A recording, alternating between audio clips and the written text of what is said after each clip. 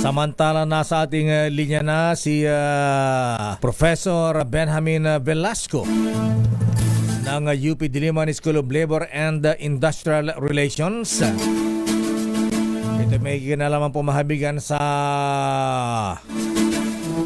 pagkawala ng mga traditional jeepney sa mga lansangan. Epekto ng PUV modernization. Professor Benjamin Velasco, sir. Magandang hapon po, sir. Good afternoon, Professor. Magandang hapon din, Deo, at saka Elaine, at syempre sa inyo mga masugid na tagapakinig. Ayan, bilang... Happy New Year din. Happy New Year, sir. Po, ayan. At bilang may kinalam po sa inyong pagtuturo sa Labor and Industrial Relations. Ano ang nakita niyong epekto, Professor Velasco, sir, sa pag-phase out ng traditional jeepney sa mental health ng ating mga jeepney drivers? Oo, sigurado may epekto yan dahil nangangahulugan yung phase out ng pagkawala ng hanap buhay, di ba? Sa salitang yun, napakaganda ng salitang Tagalog o Pilipino, di ba? Hanap buhay. Opo. So, syempre kapag nawalan ka ng trabaho, mawawalan ka ng ipapakain sa iyong sarili at sa kapamilya. So natural, ang likha niya na stress, anxiety, posible pa baka may ma-depress, di ba? Mabigat na mga problema sa buhay ang lilikha ng pagkawala ng trabaho. Lalo na itong ating mga tsuper at saka operator, nandito sila sa tinatawag nating informal ang kabuhayan di ba? Na laging isang kahig santuka pang araw-araw yung kanilang kinikita, di ba? At saka yung pag kami anak kang pinag-aaral, Prof. Velasco, sir, tapos biglang matitigil, di ba? Siyempre, mag-iiyakan yung mga bata kung titigil sa Lalo na pag-aaral. kung Oo. Di ba? Ang sakit sa magulang niya na Professor, sir. Oo. Alam niyo naman, ang pagpapahalaga ng mga Pilipino sa pag-aaral, napakalaki, di ba? So baka nga unahin pa ng mga pamilya yung pag-aaral kaysa doon sa kanilang kakainin. So mabigat na mga sakripisyo. Baka hindi nga masaganang bagong taon diba, sa ating mga kababayang tsuper at operator na tatamaan nitong actually deadline doon sa tinatawag na jeepney consolidation. Hindi naman sinasabi ng gobyerno na i-phase out pa dahil hindi pa naman talaga ipinagbabawal ang traditional jeeps. Pero sa unang yugto, at ito nga yung December 31 ang deadline, dapat nire-require nilang magmiyembro ng isang kooperatiba o ng isang korporasyon ang mga jeepney. Ayaw na nung gobyerno, tawag nilang individual franchise. Actually, hanggang January 31 na Professor Velasco at sabi nga ni DOTR Yusek Ortega kanina umaga sa panayam ng DZRH after January 31, February 1 may tuturing na silang kolorum pagka hindi sila sumali dito sa franchise consolidation.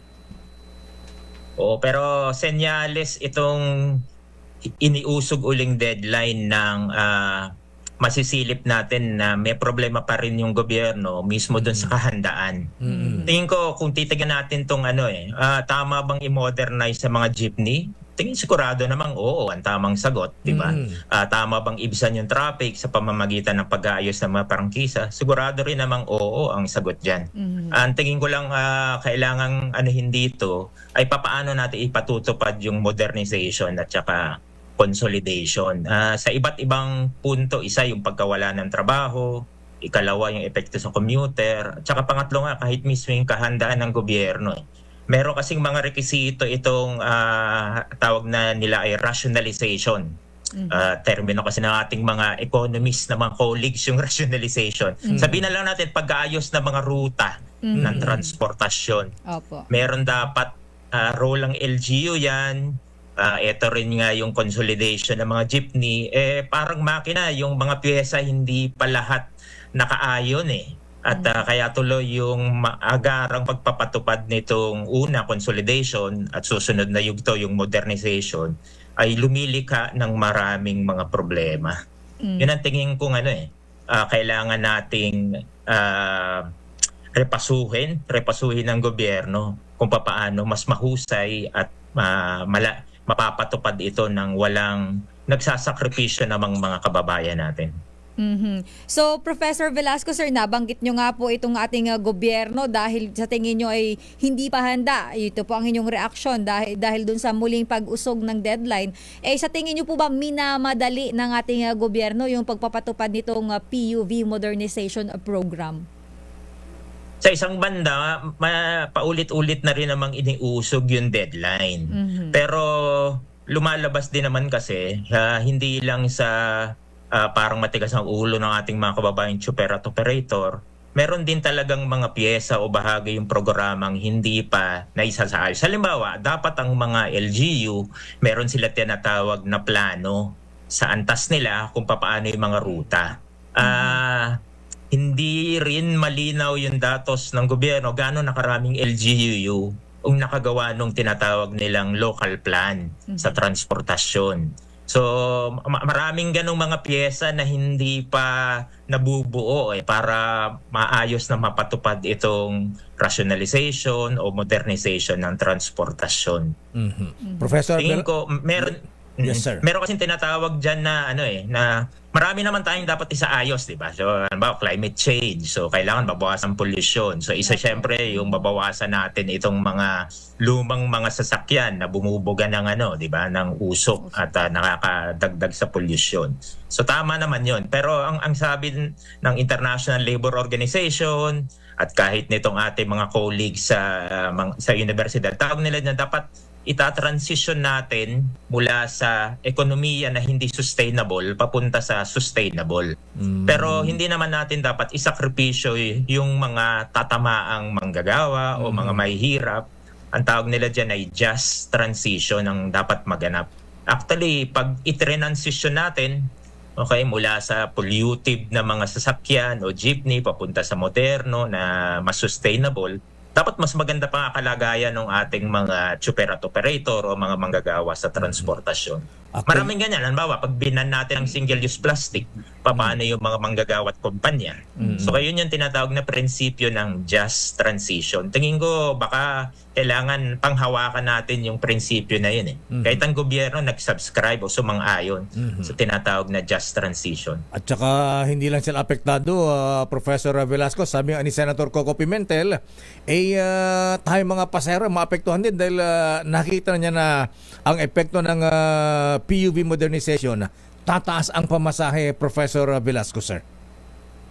Oo, ako rin commuter, kaya kumbaga meron din akong vested interest o personal na nakataya dito sa usapin na to. Siyempre dahil mas mahal, wala namang pagtatalo, mas mahal yung mga modern jeepneys. Pero tingin ko kung aayusin natin yung local kaysa imported, Ayun. diba? Mas makakamura Mas mura, tayo bukod sa correct po. mapaunlad natin yung ekonomiya natin at mabibigyan din natin ng dagdag na trabaho ang mga Pilipino. Yeah, Pero meron talagang meron talagang epektong ganyan dahil mas mahal yung mga modern jeepneys. So kaya kailangan talagang merong pang mga ayusing mga mga rekisito. Halimbawa, yung modern jeeps nasa mga 2 million. 2.5. Lagpas pa. Ang subsidy ng gobyerno sa ngayon na nag-commit sila ay 160,000. So wala pang 10%, 'di ba? So kaya naman tama yung sinasabi ng mga operator, mababaw kami sa utang . Correct. Ang kinikita ng mga traditional ay nasa mga 700 a day, 'di ba? Baka malaki na yung 1,000. So mahihirapan talaga sila paano babayaran itong itong mga modern jeep. So pero actually wala pa tayo doon. Nasa step 1 pa lang tayo, consolidation. Step 2 yung actual transition from traditional to modern. So actually mas malaking problema yon sa totoo lang. Na hindi pa natin hinahakbangan sa ngayon. Okay. Professor Velasco, sir, thank you po sa mga paliwanag. Magandang hapon and Happy New Year. Happy New Year uli sa inyong lahat. Maraming salamat, Thank you sir. po. Professor Benjamin Velasco ng UP Diliman School of Labor and Industrial Relations. Bip, bip, bip talaga, ha? Wait lang, Lakay. Parang ang lakas ng sound namin sa loob, Billy. Ganun ba? Hinaan mo nga, ha? Ayan. Abay, 100, more than 100,000 families ang maapektuhan Oo, nito. lakay. Tsaka lakay ang Nationwide. ang masakit dito yung nabanggit mo kanina dahil hindi lang naman pagkain ang pinoproblema ng isang tao, may mga anak yan, may nag-aaral. Paano Correct. na sila lakay? Aha. Anong gusto ng gobyerno? Mang-hold up sila? Magnakaw? Masakit lakay. Tsaka may mga maintenance yung iba dyan lakay, ay, nagagamot. sinabi mo. Yung iba may nanay pala na kailangang suportan sa gamot, di ba? Magdadagdag ng mga tambay samantalang Medyo masalimuot yan ang itong problema usapin natin. lakay. Sa halip na tulungan, pinapahirapan.